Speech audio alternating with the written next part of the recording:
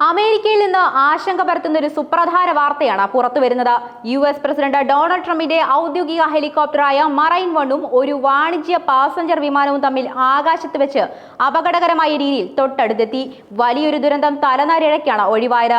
Andrews air force ബേസിലേക്ക് പറന്ന American എയർലൈൻസിന്റെ Embraer E-170 യാത്രാ വിമാനവും കാലിഫോർണിയയിലേക്ക് പുറപ്പെടുകയായിരുന്ന പ്രസിഡന്റിന്റെ മറൈൻ വൺ ഹെലികോപ്റ്ററും തമ്മിൽ 1 മൈലിൽ താഴെ മാത്രമാണ് ദൂരം ഉണ്ടായിരുന്നത്. അന്താരാഷ്ട്ര മാധ്യമമായ ദ ന്യൂയോർക്ക് ടൈംസ് ആണ് ഈ വാർത്ത പുറത്തുവിട്ടത്. വ്യോമപാതയിലെ സുരക്ഷാ മാനദണ്ഡങ്ങൾ പ്രകാരം വിമാനങ്ങൾ തമ്മിൽ കുറഞ്ഞത് 1.5 മൈൽ തിരശ്ചീനമായും 500 അടി ലംബമായുമുള്ള അകലം പാലിക്കണമെന്നാണ് നിയമം. എന്നാൽ ഈ മാനദണ്ഡങ്ങളെല്ലാം കാറ്റിൽ പറത്തുന്ന തരത്തിലായിരുന്നു ചൊവ്വാഴ്ചത്തെ സാഹചര്യം. എയർ ട്രാഫിക് കൺട്രോളർമാരുടെ ഭാഗത്തു നിന്നുണ്ടായ തെറ്റായ ആശയവിനിമയമാണ് ഈ ഗുരുതര വീഴ്ചയ്ക്ക് കാരണമെന്നാണ് പ്രാഥമിക നിഗമനം. സംഭവത്തിൽ ദേശീയ ഗതാഗത സുരക്ഷാ ബോർഡ് വിശദമായ അന്വേഷണത്തിന് ഉത്തരവിട്ടിട്ടുണ്ട്. എങ്കിലും സംഭവത്തിൽ യാതൊരുവിധ അപകടങ്ങളും ആർക്കും സംഭവിച്ചിട്ടില്ലെന്ന് വൈറ്റ് ഹൌസ് വ്യക്തമാക്കി. ലോകത്തിലെ ഏറ്റവും മികച്ച ഏവിയേറ്റർമാരാണ് മറൈൻ വൺ നിയന്ത്രിക്കുന്നതെന്നും പ്രസിഡന്റിന്റെ സുരക്ഷയ്ക്ക് യാതൊരു ഭീഷണിയും നേരിട്ടിട്ടില്ല എന്നും വൈറ്റ് ഹൌസ് വക്താവ് കുഷ് ദേശായി പ്രതികരിച്ചു. എങ്കിലും അമേരിക്കൻ വ്യോമപാതയിലെ എയർ ട്രാഫിക് നിയന്ത്രണ സംവിധാനങ്ങളുടെ പിഴവുകളെ കുറിച്ചുള്ള വലിയ ചോദ്യങ്ങളാണ് ഈ സംഭവം വീണ്ടും ഉയർത്തിക്കാട്ടുന്നത്. അമേരിക്കൻ എയർലൈൻസും മറൈൻ വൺ നിയന്ത്രിക്കുന്ന US മറൈൻ കോർപ്സും ഇതുവരെ സംഭവത്തിൽ ഔദ്യോഗികമായി പ്രതികരിച്ചിട്ടില്ല. ലോകത്തിന്റെ സുരക്ഷാ ചുമതലയുള്ള US പ്രസിഡന്റിന്റെ യാത്രക്കിടയിൽ ഇത്തരത്തിലുള്ള ഒരു പിഴവ് സംഭവിച്ചത് ഗൗരവത്തോടെയാണ് വിദഗ്ധർ നോക്കിക്കാണുന്നത്. NTSB അന്വേഷണ റിപ്പോർട്ട് പുറത്തുവരുന്നതോടെ സംഭവത്തിൽ കൂടുതൽ വ്യക്തത വരുമെന്നാണ് പ്രതീക്ഷിക്കുന്നത്. ചൊവ്വാഴ്ച ഉച്ച കഴിഞ്ഞ് 2:33 പ്രസിഡന്റുമായി മറൈൻ വൺ വൈറ്റ് ഹൌസിന് സമീപത്തു നിന്നും പറന്നുയർന്നത്.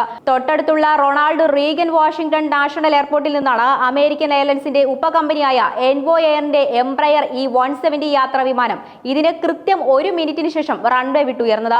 വിമാനങ്ങൾ തമ്മിലുള്ള അകലം കുറഞ്ഞെങ്കിലും അവ കൂട്ടിയിടിക്കുന്ന രീതിയിലുള്ള പാതയിലായിരുന്നില്ല എന്നും യാത്രാ വിമാനം ഹെലികോപ്റ്ററിന് മുകളിലേക്ക് ഉയരുകയായിരുന്നുവെന്നും ഫെഡറൽ ഏവിയേഷൻ അഡ്മിനിസ്ട്രേഷൻ വ്യക്തമാക്കി. എങ്കിലും എയർ ട്രാഫിക് കൺട്രോളർ ഇരു പൈലറ്റുകളുമായും നിരന്തരം ആശയവിനിമയത്തിലുണ്ടായിരുന്നു.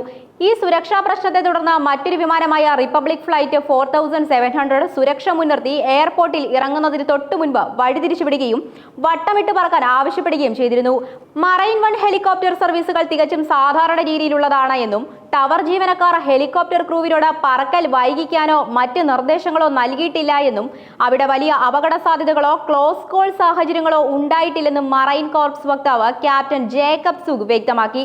2025 ജനുവരിയിൽ വാഷിംഗ്ടണിലുണ്ടായ വലിയ വിമാനാപകടത്തെ തുടർന്ന് 67 പേരുടെ മരണത്തിനിടയാക്കിയ ആ ദുരന്തത്തിന് ശേഷം എയർപോർട്ടിന് ചുറ്റുമുള്ള വ്യോമപാതയിൽ ഹെലികോപ്റ്ററുകളും ജെറ്റ് വിമാനങ്ങളും ഒരുമിച്ച് വരുന്ന തരത്തിലുള്ള സർവീസുകൾ FAA കർശനമായി നിരോധിച്ചിരുന്നു. പ്രസിഡന്റിന്റെ ഹെലികോപ്റ്റർ പോകുമ്പോൾ ഈ എയർപോർട്ടിലെ വാണിജ്യ വിമാന സർവീസുകൾ നിർത്തിവെക്കണമെന്നതാണ് പുതിയ ചട്ടം.